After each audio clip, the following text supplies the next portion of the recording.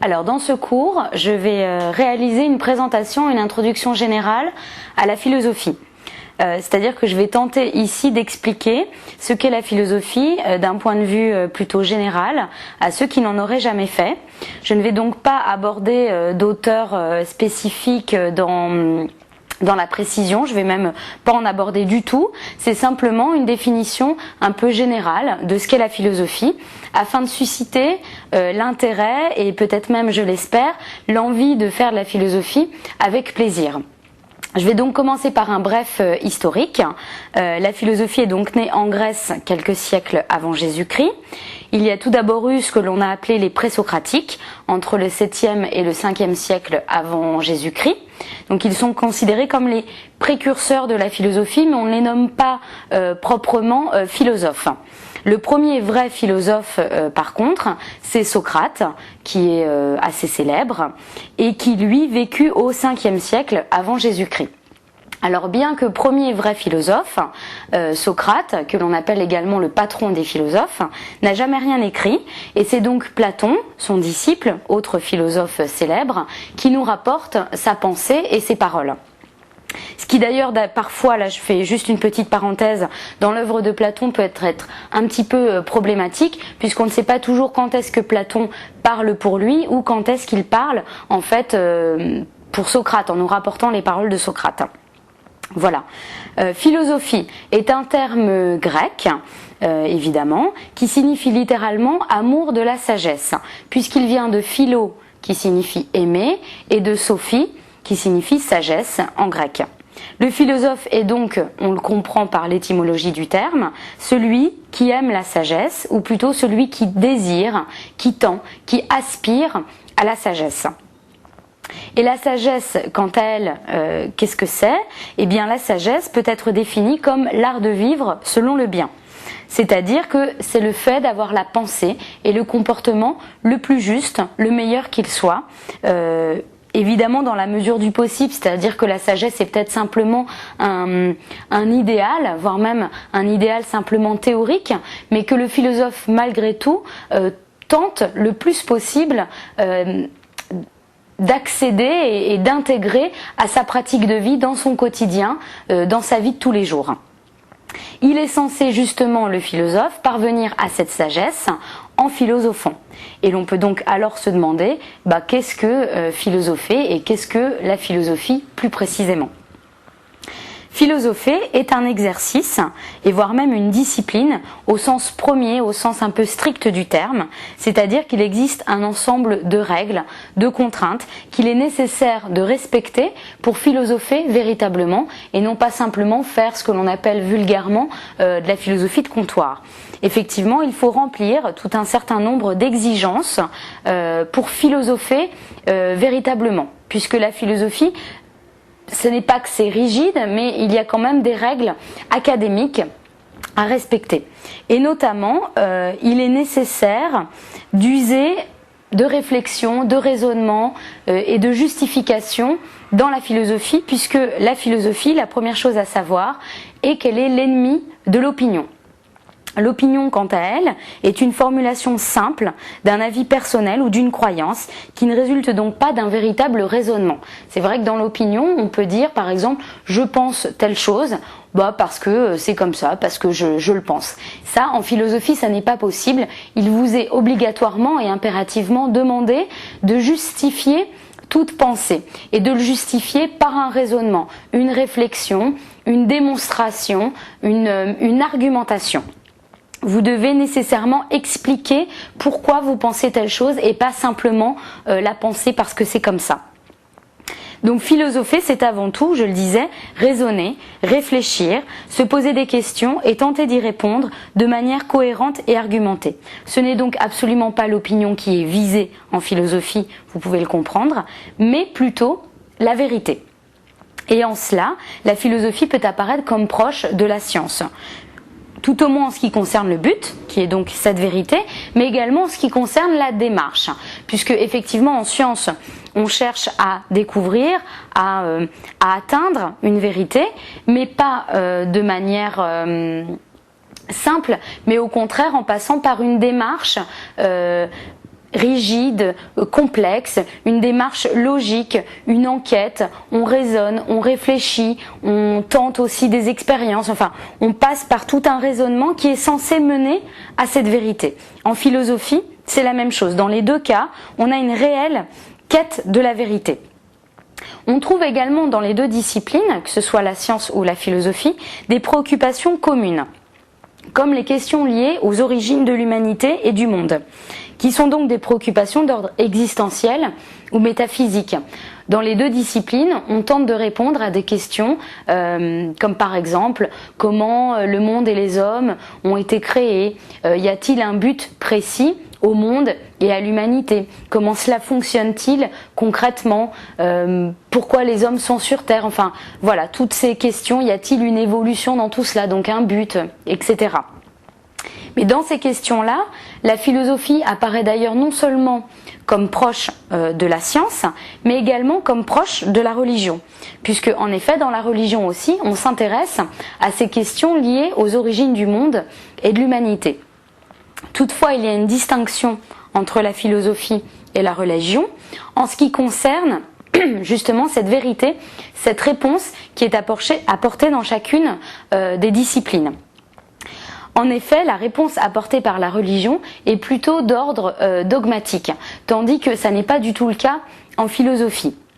Le dogme est une vérité, mais une vérité qui est révélée, imposée, établie une fois pour toutes et que l'on ne peut en aucun cas discuter, critiquer, ni même remettre en question.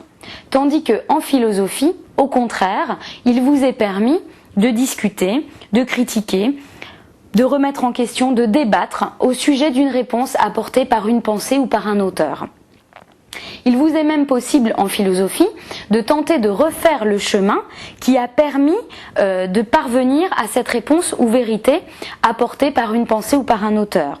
Vous pouvez effectivement tenter de refaire ce chemin par votre propre réflexion et donc du coup aussi de discuter en disant bah oui mais non là à tel endroit il dit ça mais ça ne convient pas parce que par exemple l'argumentation ne convient pas ou la manière d'y parvenir ne convient pas. Évidemment pour se permettre de discuter il faut avoir un niveau quand même assez important mais vous avez le droit de le faire.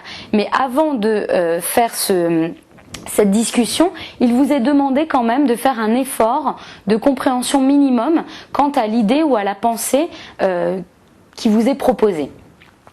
Tandis qu'en religion, on ne vous demande pas de faire un effort de compréhension, on vous impose la vérité comme telle. Et en aucun cas, il ne vous est demandé de refaire le chemin ou même de discuter. C'est donc la distinction entre religion et philosophie. On voit donc bien que, bien qu'ayant des préoccupations, un but commun et parfois même une démarche similaire, donc des préoccupations communes que ce soit religion, science, philosophie, un but commun, par exemple science et philosophie, ce but commun étant la vérité, ou une démarche similaire, là encore science, philosophie, cette démarche quasi scientifique, la philosophie en réalité n'est ni une religion, ni une science. Elle est même, on peut le dire, en fait plus vaste et moins hermétique que ces deux autres disciplines, puisqu'en philosophie on va aussi bien s'intéresser aux sciences, à la religion, mais aussi à l'art, à la politique ou à la morale, au bonheur commun et individuel. Quel est alors le but de la philosophie? Puisqu'on le voit, elle apporte différents types de réponses aux différents types de préoccupations qui l'intéressent, avec cette exigence de la vérité, mais dans quel but tout cela? Eh bien, le but du philosophe, et donc de la philosophie, comme nous l'avons dit précédemment, c'est la sagesse, à savoir l'art de vivre selon le bien. C'est pourquoi, afin de savoir ce qui est bien, il est nécessaire de connaître, dans la mesure du possible, ce qui est vrai, puisqu'en fait, en philosophie, les deux vont de pair. Et cette quête de la vérité, nous l'avons vu, passe par une démarche quasi scientifique dans laquelle s'exerce la raison, la réflexion, la logique, le questionnement et le discours cohérent et argumenté. Cependant, la philosophie n'est pas du tout qu'une pure théorie. Bien entendu, cette quête de la vérité qui est la sienne nécessite des connaissances tirées de l'intellect pur, c'est-à-dire raison, réflexion, déduction logique, intellect pur. Mais la philosophie nécessite également des connaissances tirées de l'expérience. C'est-à-dire que, par exemple, le philosophe se doit d'observer la vie, le monde, les hommes, le fonctionnement des êtres et des choses. Il doit observer le monde qui l'entoure. Il n'est pas simplement dans l'intellect pur, mais il est aussi ancré dans la réalité et dans l'observation du monde qui l'entoure. La philosophie est donc tout à la fois théorique et pratique, puisque en philosophant, on cherche à connaître non seulement une vérité d'ordre intellectuel, mais on cherche également une vérité d'ordre moral pour la pratique, pour la vie de tous les jours. On cherche à savoir ce qui est bien et ce qui est vrai également dans le faire, dans l'agir. La philosophie est donc tout à la fois une quête du vrai en théorie, mais également une quête du bien dans la pratique. Les deux allant justement de pair en philosophie, puisque le but n'est pas seulement de savoir ce qui est vrai et bien, d'avoir simplement des connaissances théoriques, intellectuelles, mais le but est également de faire et de réaliser dans la mesure du possible ce vrai et ce bien dans la pratique, dans sa vie de tous les jours. Toutefois, le philosophe n'est pas du tout un solitaire égoïste qui cherche le vrai et le bien seulement pour lui et pour sa vie personnelle. Le but de la philosophie est en effet, en quelque sorte, communautaire. Peut-être n'est-ce là encore qu'un idéal, mais c'est malgré tout l'un des buts poursuivis par la philosophie et donc par le philosophe, que d'avoir un impact sur autrui et même sur la société d'un point de vue plus général. C'est pourquoi, notamment, la philosophie s'intéresse à la politique. Le but n'étant pas alors nécessairement de changer ce qui est, même si là encore ce serait sans doute l'idéal du philosophe et de la philosophie, mais cet idéal est-il réellement atteignable? Donc le but n'est pas nécessairement de changer ce qui est, mais tout au moins de comprendre et d'expliquer ce qui est.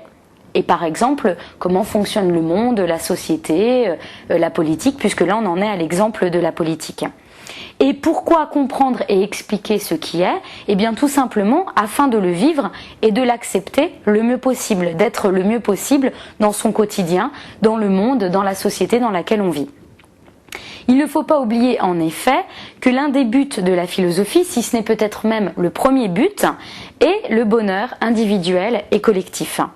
Le bonheur qui va d'ailleurs de pair en philosophie avec la sagesse. Ces fameux art de vivre selon le bien, qui signifie un bien pour soi, un bien personnel, mais aussi un bien pour les autres, un bien en fait pour la communauté en général, un bien collectif et qui est donc censé mener au bonheur du coup pour tous, puisque c'est un bien, un bonheur pour moi, pour les autres, pour la société, pour le monde, mais là encore c'est peut-être seulement un idéal. On voit d'ailleurs, en étudiant les différents auteurs de la philosophie, que ce bonheur n'est pas tout à fait le même pour tous. Il n'est donc pas évident de répondre à la question du bonheur. Puisqu'en effet, ce bonheur varie ne serait-ce qu'en fonction d'une époque, d'une culture et des préoccupations de chacun. C'est sans doute pour cela aussi, c'est là aussi l'intérêt de la philosophie, qu'il est toujours d'actualité que de philosopher, puisque la philosophie n'a pas trouvé de solution miracle. Le but qu'elle poursuit, donc notamment ce bonheur, les questions auxquelles elle tente de répondre et les problèmes qu'elle cherche à résoudre sont inépuisables et toujours valables au jour d'aujourd'hui. Passons maintenant aux exigences qui vous sont demandées en terminale. Évidemment, en terminale, il ne vous est pas demandé d'être véritablement des philosophes. Mais il vous est tout au moins demandé de réaliser l'effort philosophique, de répondre aux exigences de la philosophie.